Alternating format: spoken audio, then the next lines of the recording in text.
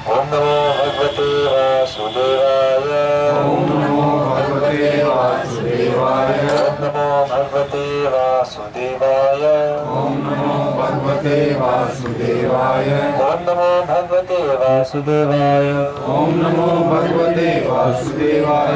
नारायणं नमस्कृत्यं नारायणं नमस्कृत्य नरं चैव नरोत्तमं नरं चैव नरोत्तमं देवीं सरस्वतीं व्यासं देवीं सरस्वतीं व्यासं ततो जयमुदीरये। ततो जयमुदीरये। नष्टप्रायेषु अभद्रेषु नष्टप्रायेषु भद्रेषु नित्यं भागवत सेवया नित्यं भागवत सेवया भगवती उत्तम श्लोके भगवति उत्तम श्लोके भक्तिर्भवति नैष्ठिकी। भक्तिर्भवति नैष्ठिकी।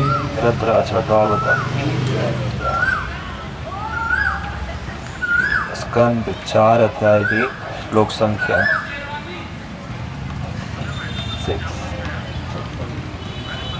देवा उचुः देवाऊचु देवताओं ने कहा, ये ताऊ यह है जो माया माया बहिरंगी शक्ति द्वारा विरचितम उत्पन्न निजया स्वतः आत्मनि आत्मनि श्री भगवान में स्थित श्री भगवान में स्थित इदम इदम यह यह के आकाश में आकाश में रूप भेदम रूप भेदम बादल समूह बादल समूह इव इव सदृश सदृश तत् उनका प्रतिचक्षणाय प्रतिचक्षणाय प्रकट होने हेतु प्रकट होने एतेन एतेन इसके साथ इसके साथ धर्म सदने धर्म सदने धर्म के घर में धर्म के घर में ऋषि मूर्ति नाम ऋषि मूर्तियां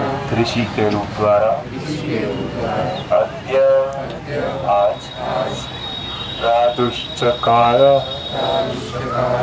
प्रकट हुआ पुरुषाय श्री भगवान को नमः नमस्कार है परस्मै परम यो मायया विरचितं निजयात्मनीतं यो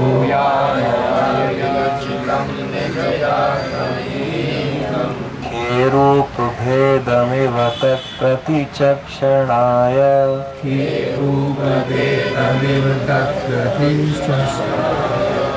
एतेन धर्म सदने ऋषि मूर्तिनाद्य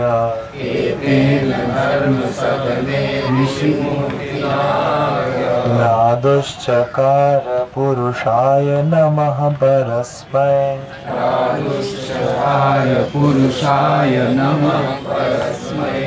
देवताओं ने कहा, हम उन दिव्य श्री भगवान को नमस्कार करते हैं जिन्होंने इस दृश्य जगत की सृष्टि अपनी बहिरंगी शक्ति के रूप में की है, जो उनमें उसी प्रकार स्थित है जिस प्रकार वायु तथा बादल आकाश में रहते हैं, और जो अब धर्म के घर में नर नारायण ऋषि के रूप में प्रकट हुए हैं। तात्पर्य, श्री भगवान का विराट रूप यह जगत है जो पूर्ण पुरुषोत्तम भगवान की बहिरंगी शक्ति का प्रदर्शन। आकाश में असंख्य प्रकार के ग्रह हैं और वायु की है, और वायु में विविध तरह की बादल रहते हैं, और कभी कभी हम एक स्थान से दूसरे स्थान को उड़ते विमान भी देखते हैं। इस प्रकार यह पूरा दृश्य जगत विविधता से पूर्ण है, किंतु वास्तव में यह विविधता परमेश्वर की बहिरंगी शक्ति का प्रदर्शन है, और यह शक्ति उन्हीं में स्थित है। अपनी शक्ति को प्रकट करने के पश्चात अब श्री भगवान स्वयं अपनी शक्ति की सृष्टि के अंतर्गत प्रकट हुए, जो एक ही समय उनसे अबुद्ध है तथा भिन्न भी है। अतः देवताओं ने अनेक रूपों में प्रकट होने वाले श्री भगवान को नमस्कार किया। कुछ ऐसे दार्शनिक होते हैं जो अद्वैतवादी कहलाते हैं। वे अपनी निराकार धारणा के कारण इन विविधताओं को मिथ्या मानते हैं। इस श्लोक में विशेष रूप से यह कहा गया है, यो माया विरचितम। यह सूचित करता है कि सारी विविधताएं श्री भगवान की शक्ति के प्रकटीकरण है। इस प्रकार शक्ति के श्री भगवान से अभिन्न होने के कारण ये विविधता वास्तविक है। भौतिक रूप क्षणिक भले हो किंतु मिथ्या नहीं, वे आध्यात्मिक विविधता के प्रतिबिंब है। यहाँ पर प्रयुक्त प्रतिचक्षणाएं शब्द का अर्थ है वे रूप किसमें है। श्री भगवान का यश घोषित करता है जो नर नारायण के रूप में प्रकट हुए हैं और जो भौतिक प्रकृति के समस्त रूपों के मूल हैं। सह वह अयम वे स्थिति उत्पन्न जगत का व्यक्तिकर आपत्तियां उपशमाय शमन हेतु सृष्टा सर्जित सत्वेन सतोगुण से नह हम सुरगणा देवताओं को अनुमेय तत्व वेदों द्वारा किए दृष्टिपात से अभद्र करुणेन दयालु करुणा से युक्त विलोकनेन चितवन से जो श्रीनिकेतम भाग्य की देवी का घर अमलम निर्मल शिपता से बढ़कर अरविंद कमल सोयम स्थिति व्यतिकरोपशमाय श्रेष्ठा सोयं स्थिति करोपशमाय श्रेष्ठा सत्वेन नः सुरगणाननुमेय तत्त्वः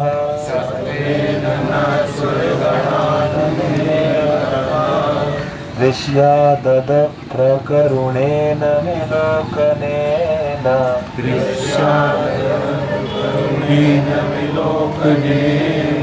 यच्छ्रीनिकेतकमलं क्षिपितारविन्दम्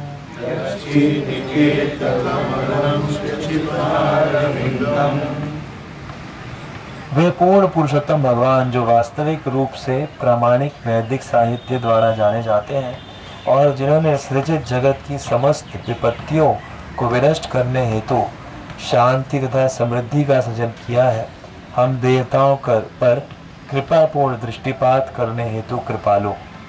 उनकी कृपापूर्ण चितवन लक्ष्मी के आसन निर्बल कवच की शोभा को मात करने वाली है। दृश्य जगत के मूल पूर्ण पुरुषोत्तम भगवान भौतिक प्रकृति की विचित्र क्रियाओं से आच्छादित हैं। जिस प्रकार बाह्य आकाश अथवा सूर्य और चंद्रमा का प्रकाश कभी कभी बादलों या रज कणों से आच्छादित हो जाता है। दृश्य जगत के मूल को ढूंढ पाना दुष्कर है। अतः भौतिक विज्ञानी इस निष्कर्ष पर पहुंचते हैं कि समस्त जगत का अंतिम कारण प्रकृति है, किंतु शास्त्रों अथवा श्रीमद् भगवद गीता तथा अन्य प्रामाणिक वैदिक धर्म ग्रंथों से हम ये जानते हैं कि इस अद्भुत दृश्य जगत के पीछे पूर्ण पुरुषोत्तम भगवान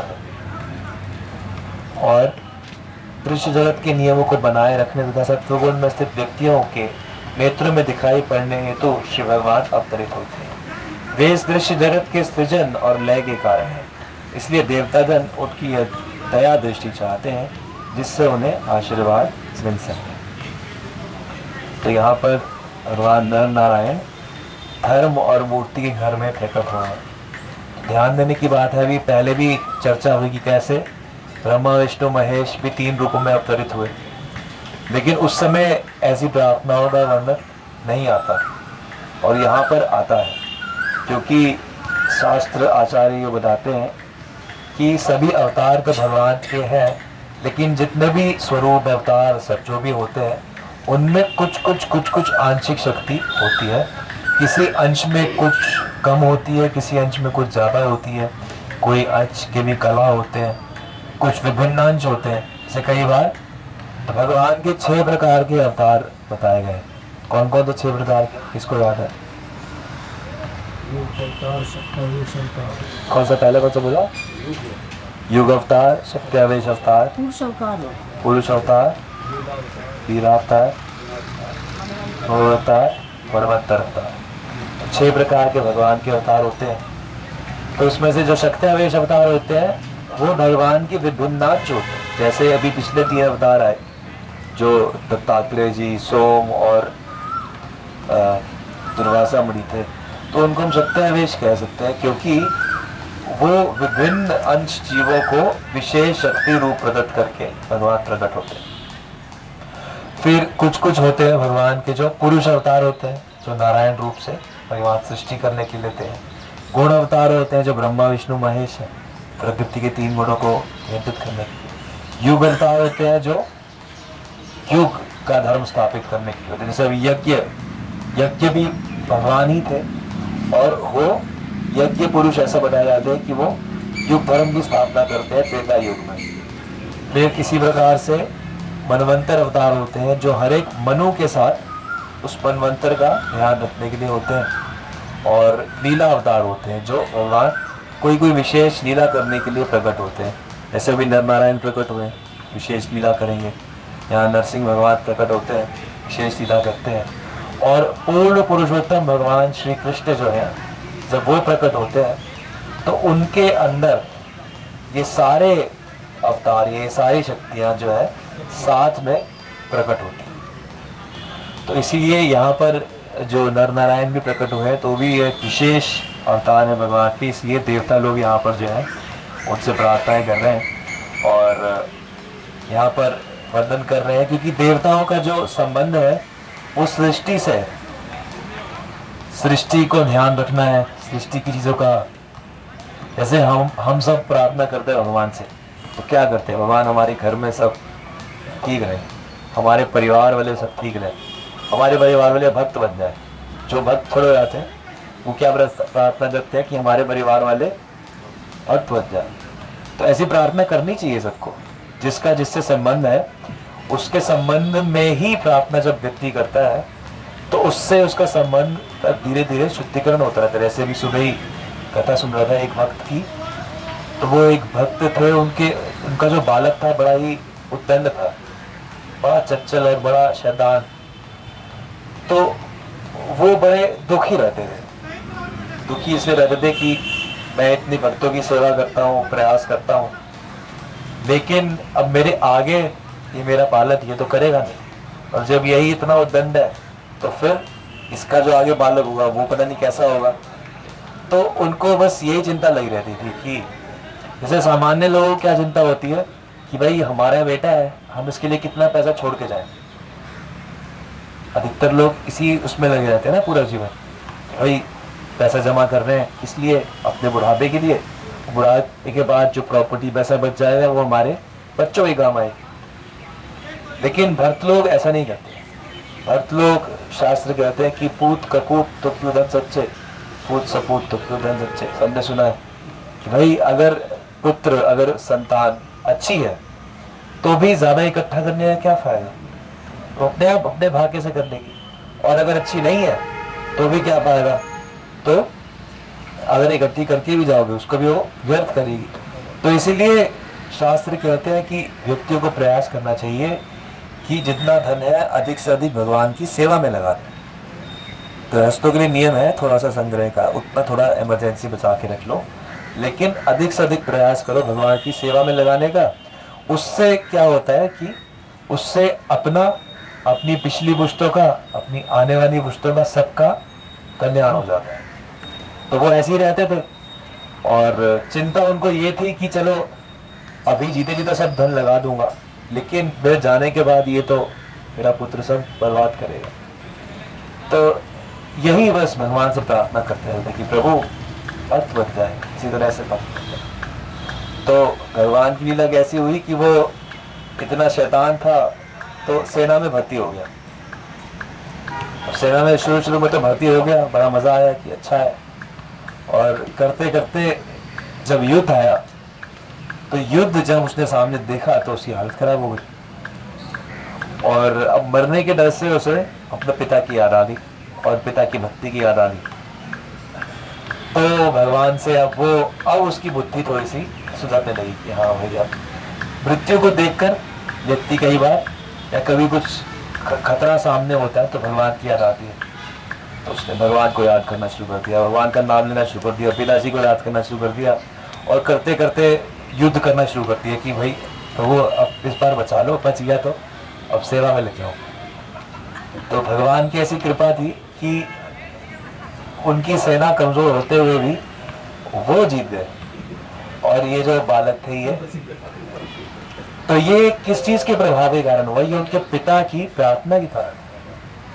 तो भक्त, अगर इसको कहते हैं कि भक्त के अंदर भगवान से भी ज्यादा कृपा शक्ति होती है। अगर भक्त किसी के लिए प्रार्थना करता है, प्रयास करता है, तो भगवान उसका कल्याण करने के लिए फिर और उस पर विशेष कृपा करते हैं। तो इसलिए हमें संबंध से उन सबके लिए प्रार्थना करनी चाहिए कि हे प्रभु, हम भी भक्त बन जाए, हमारे आसपास वाले, हमारे संबंधी जितने लोग हैं सब भक्त बन जाए।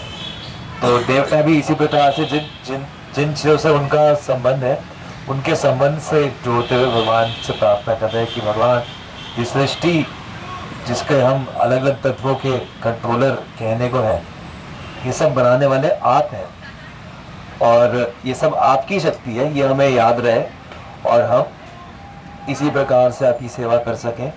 और इस प्रकार से प्रार्थना कर रहे हैं कि आपने जो ये, आप अदृश्य देवता बनाते हो, लेकिन अब आप दृश्य रूप में अवतार ले रहे हो, तो आपकी कृपा दृष्टि हम पर बनी रहे। आपकी कृपा दृष्टि बनी रहेगी तो हम बिना अहंकार की सेवा कर सकेंगे और हमें जो दायित्व मिला है वो निभा सके। तो इस प्रकार से हमें भगवान से प्रार्थना करनी चाहिए। और आगे जैसे हम जितना जितना भक्ति उन्नत होती रहती है, उतनी उतनी और गहरी प्रार्थना होती है। जैसे अब तुलसी आरती में क्या कहते हैं कि सेवा अभिलाष दी, और वृंदावन में तो अंतिम जो अभिलाषा भक्त की सबसे उच्च, सबसे विशेष होनी चाहिए कि हम वृंदावन में भगवान के श्री राधा श्याम सुंदर स्वरूप की सेवा करें, क्योंकि उस स्वरूप में भगवान की सभी शक्तियाँ पूर्णतः प्रकाशित है। सभी, यानी कि सभी ऐश्वर्य की भी, सभी माधुर्य की भी, जितना हो सकता है सब पूरी चरम शक्ति की राधा रानी वहाँ पर भगवान की आनंददायी शक्ति उस रूप में है, और भगवान महेंद्र नंदन स्वरूप में है। तो इस प्रकार से ऐसी अभिलाषा में करनी चाहिए और देवताओं से सीखना चाहिए। इस प्रकार से जिस स्थिति पर हम हैं वैसी स्थिति में रहते हुए किस प्रकार से प्रार्थना करके अपने आप को शुद्ध कर सकते। ग्रंथराज भागवत की ऑलमोस्ट कह रहे थे हमारे इस संतर के कौन है? वैवस्वत मनु है, और मनवंतर अवतार जो है वो वामन भगवान को खड़ा कर। मनु के सूर्य, उनको ज्ञान नहीं है। वैवस्वत मनु सूर्य के पुत्र हैं। विवस्वान सूर्यदेव का नाम है और वैवस्वत मनु उनके पुत्र हैं। और जो हमारी परशुराम की वो बन जाता है परशुराम सत्य में सत्ता सत्य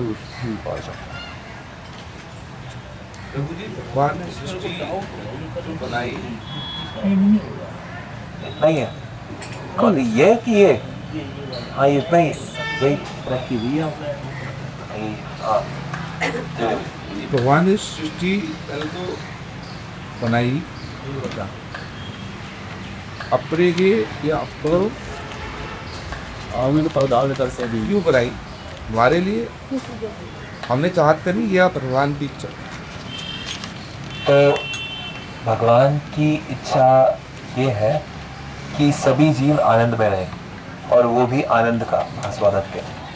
अब कुछ जीव जो भगवान से ईर्ष्या करते हैं तो भगवान की सेवा नहीं करना चाहते, भगवान खुद बनना चाहते हैं, तो उनके लिए भगवान ने इस सृष्टि की रचना करी कि ठीक है, आप यहाँ पर रहकर जैसा भोग करना चाहते हो वैसा कर सकते हो। लेकिन भगवान की असली चाहत तो यही है कि सभी जीव जो है वो आनंद में रहे, और इस संसार में कोई आनंद में रह नहीं सकता जब तक कि कोई सेवक, क्योंकि भगवान खुद भगवान नहीं बनना चाहते, भगवान खुद सेवक बन के रहते हैं, सेवक बन के रहना चाहते हैं।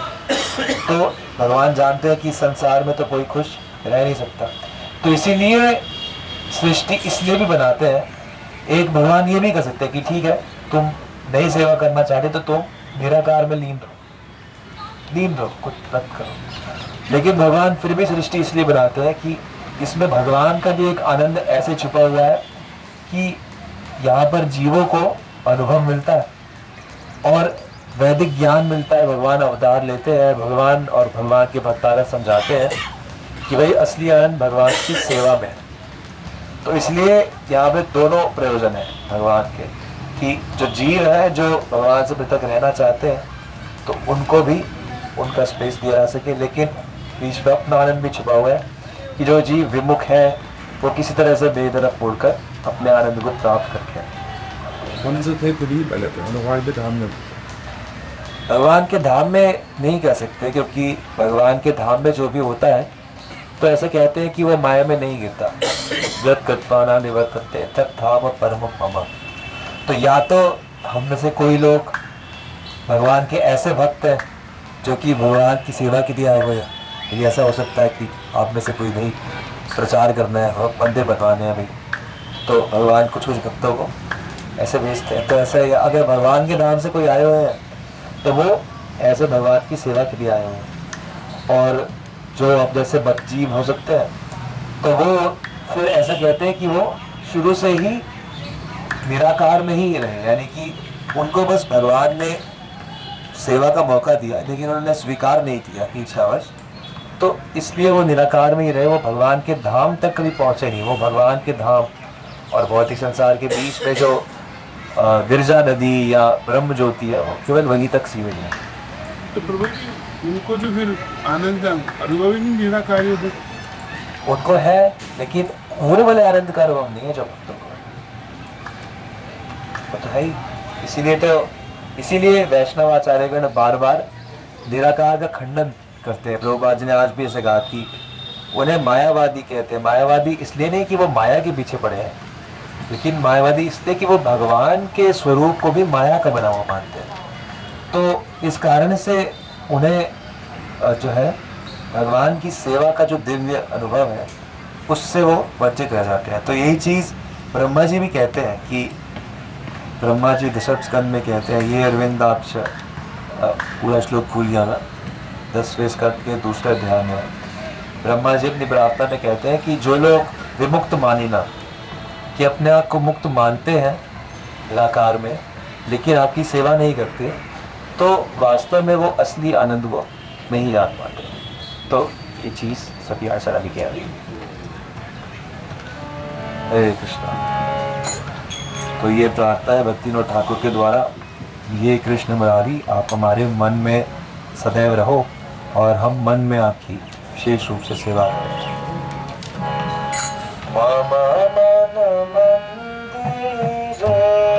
लाओ अच्छे से दम सा बजा के।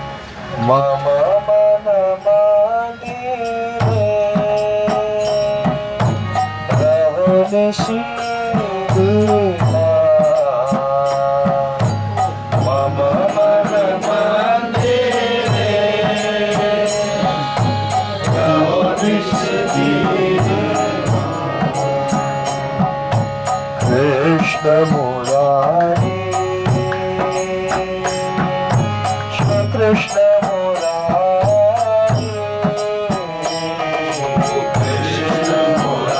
मुरारी श्री कृष्ण मुरारी कृष्ण मुरारी श्री कृष्ण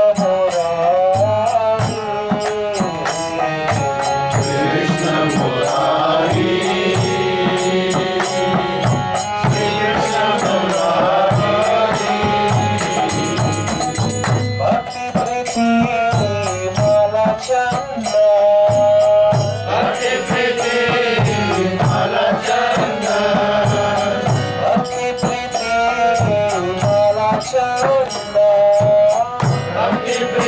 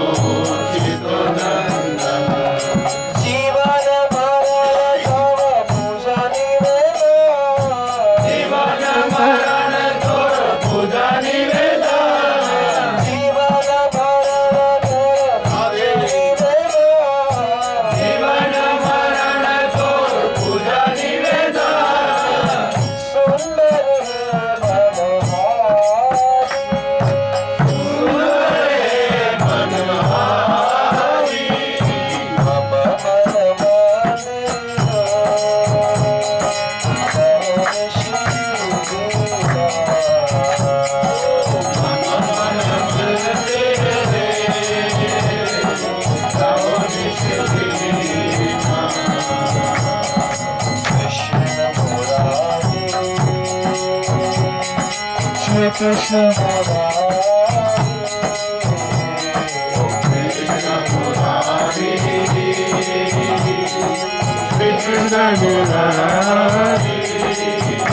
ये सोनंद कुमार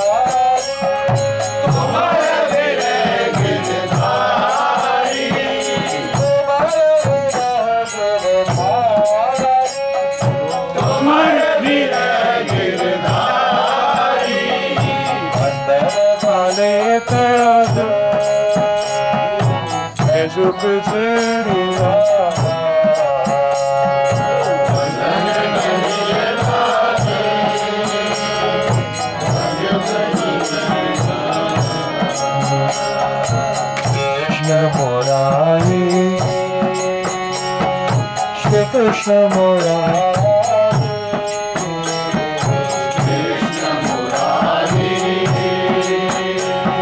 Shri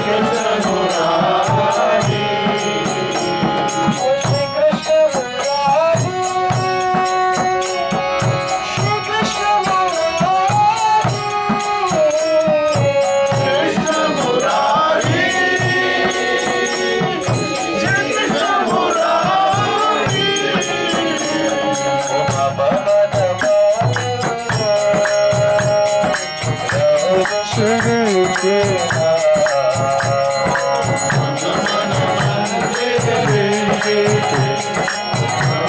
Shri